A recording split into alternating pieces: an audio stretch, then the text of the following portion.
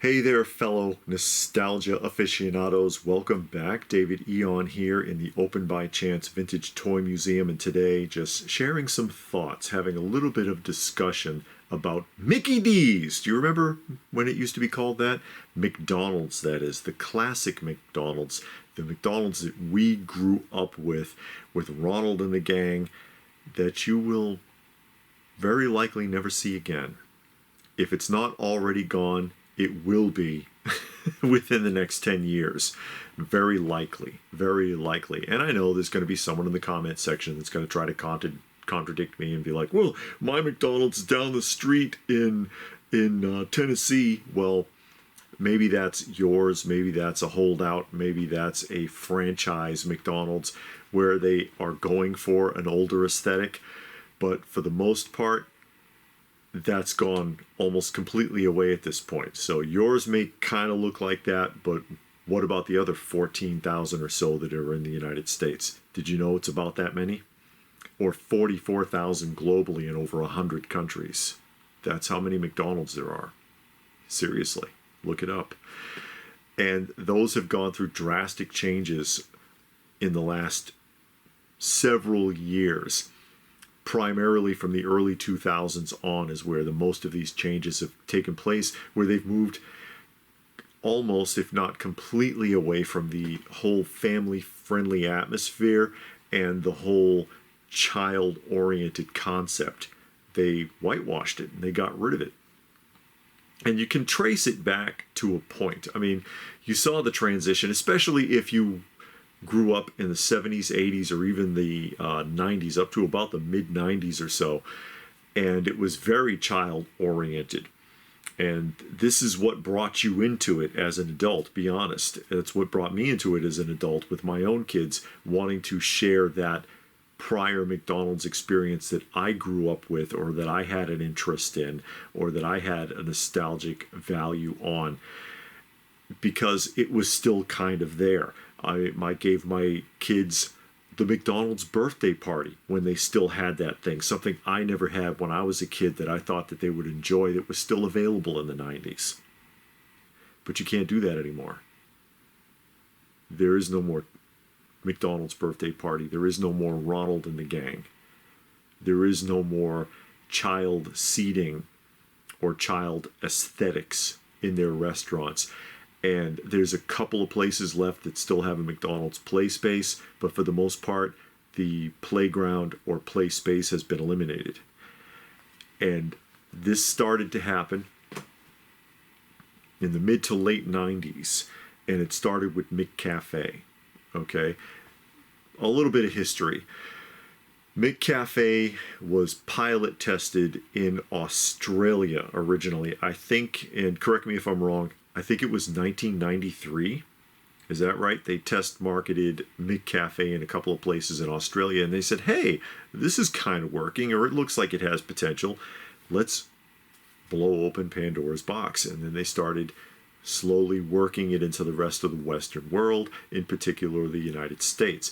And a lot of the McDonald's restaurants in the U.S. went through that physical transformation to make McDonald's look more like a coffee shop than a family-friendly restaurant. And essentially, and it seems kind of ridiculous, they were competing with Starbucks, of all things, because Starbucks was making money hand over fist. They were really starting to gain momentum through that time period, because when did Starbucks start? 1977? Something like that? Again, you can tell me in the comment section, because I'm not reading a script. I'm just talking off the top of my head here, okay? They were starting to gain momentum in the early to mid-90s through the 2000s, okay? Starbucks was beginning to be a thing, and they were like, hey, we can do a coffee shop too. And somewhere after they went and converted almost every McDonald's restaurant to try to make it look like a coffee shop, somewhere around 2010, they realized, hey, this shit ain't working. And of course, it wasn't going to work, because you cannot accommodate your customers the way that a coffee shop can. You can go into any coffee shop, you know, Pete's or Caribou or, again, Starbucks, and you can come up with all kinds of crazy ideas that you want for your coffee. You can't do that at a McCafe. I want this and that, and mix this and put this in here. No, no, no, no, no, no. You read the menu, buddy. So it's not really a coffee shop, never was. And they took it very seriously. I mean, is there not McCafe coffee in the coffee section in your supermarket? That's how seriously they took it. And it's a reflection also, looking back. I don't know, I'm all over the place, but I'm nostalgic for the old look. How they really pushed the family-friendly atmosphere once upon a time. And they had McDonald's toys, and I don't just mean prizes, I mean real toys. Like, I've got a complete set of the Remco 12th scale McDonald Land action figures from 1976. One of my favorite sets. I love that set. And there are people that are really nostalgic for old pieces of McDonald's. Try buying anything from an old McDonald's and see how expensive it is. Try finding one of those old hamburger benches. It's going to cost an arm and a leg to sit on the bench. No kidding. That stuff's extremely expensive and highly sought after by collectors. Anything associating McDonald's the way it was, as opposed to how it is now. And they went through yet another transition, effectively sterilizing the entire look of the McDonald's altogether, to where if it didn't have golden arches on the front of the building, you wouldn't even know what that building was, which is a problem I see with a lot of modern restaurant architecture. If you take the signage off, you can't tell a Starbucks from a Dunkin' Donuts, from a McDonald's, from a Taco Bell. They all look the same. The buildings are the same. It reminds me of, if you ever saw the Brady Bunch movie or the play that film is based off of. It's actually rather entertaining. It makes fun of some of the highlights from the original show. There's a part in there where Mike Brady, who is an architect, every time is a running gag that every time he presents an architectural design to a client, it's his house, but with different signage. Because he's supposed to have, in the original show, designed the house himself that they live in, the Brady house. And so it's a model of the house, but it's a gas station. It's a model of the house, but it's a convenience store, and so on, a laundromat. You get the idea. Again, as a running gag in the movie. But that's what it looks like to me now, with how all of these stores, it's like a really ugly gray cube with a different sign on it, and that's how you know which restaurant it is. And that's the direction that McDonald's has gone in. They're following that line of thought now, and it's a very sterile, ugly environment, very gray, very muted, very cold. I've heard it described, and I agree with this, as looking like a prison cafeteria on the inside. It's just, they don't want you hanging around, and it's evident. And it's a shame, because for a couple of generations now, you've not been able to share your childhood experience with McDonald's. Again, as I pointed out, this is why I brought my kids when they were young and brought them to the McDonald's play space, brought them to, threw them a McDonald's official birthday party and so on, back when they used to keep sheet cakes for that very function. And it's all gone. So if my kids, at the age they are now, wanted to go back and had kids and wanted to go back to McDonald's, they could not share that experience now. And if McDonald's were to say, hey, let's flip this back, it's probably already too late. It's probably already too late. An example of that you would see with the modern problem, or the recent problem, with Cracker Barrel. As you recall, Cracker Barrel had a lot of trouble just recently, within the last few months, because people did not like the changes. They were doing the same thing, neutralizing Cracker Barrel, giving it a sterile internal look, making it look like a cafeteria rather than a Cracker Barrel, changed the signage, changed the menu, and people were in an uproar over it. So much so that Cracker Barrel walked it back. Okay, we'll put the menu back the way it was. We will change the signage back to the way it was. The few stores that we made the conversion in, we'll change them back, please. We get it.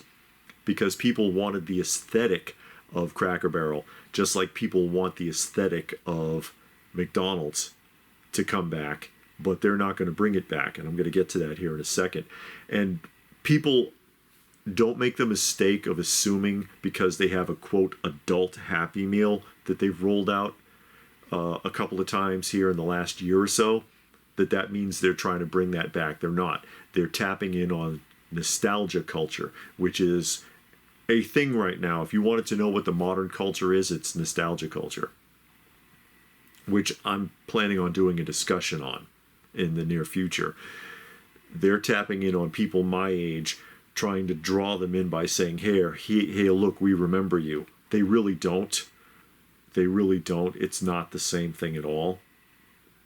And I see cases of that stuff, of those new Happy Meal prizes turning up at conventions too. I guess they fell off the truck. But the most recent change at McDonald's is a good indicator of the direction that they're going to be going in, and that's the soda fountain elimination. You might have noticed if you went to a McDonald's recently, there's no soda fountain. They are getting rid of all the soda fountains in the McDonald's. So no more customers filling their own cups and no more refills. You get your cup from behind the counter and that's it. Okay? And this is part of a yet another transformation that McDonald's is going through, that they're hoping, McDonald's Corporate is hoping to have implemented by the year 2032, with a focus on, and here's your big clue, walk-ins, drive-thrus, and delivery services like Uber and DoorDash. So essentially what McDonald's Corporate is saying is that they're going to turn McDonald's into Pizza Hut. No more sit-down dining. None of that. No more hanging around the McDonald's at all. Come in and take an order and leave. Go through the drive-thru or have it delivered. But don't come here expecting to hang out. Is what that essentially sounds like to me. Again, they're getting rid of the soda fountains as the first step in a phase to focus on walk-in pickups, pickup orders, phoned in or app applied orders, drive-thrus, and like I said, Uber and DoorDash delivery services. So they think that's the direction that the future is going in. So they're going to go even further away from the idea of being a restaurant. And food's not even that good. Over the years, they have taken a very quantity over quality approach at McDonald's, as many of these restaurants have done, especially fast food restaurants. Quantity over quality approach. And they will continue to go down that road. So the McDonald's that we grew up with, that we knew and loved, that had such a huge impact on our childhood, it's already pretty much gone, but it's going to slip even further away. Which again brings me back to my argument, I've done this many times on the live streams, that society peaked, especially pop culture wise, right through the mid-1980s. You can see it building. 50s, 60s, 70s, 80s, peaked. And then through the 90s and into the 2000s, it's just sliding away. Things are less and less interesting, and it's not just because I'm old. I've had that argument. Oh, it's because you grew up in X era.